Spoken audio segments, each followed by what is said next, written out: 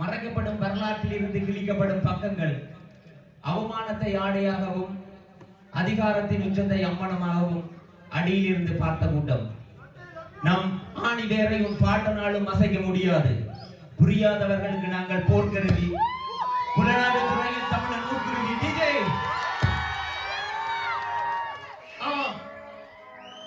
G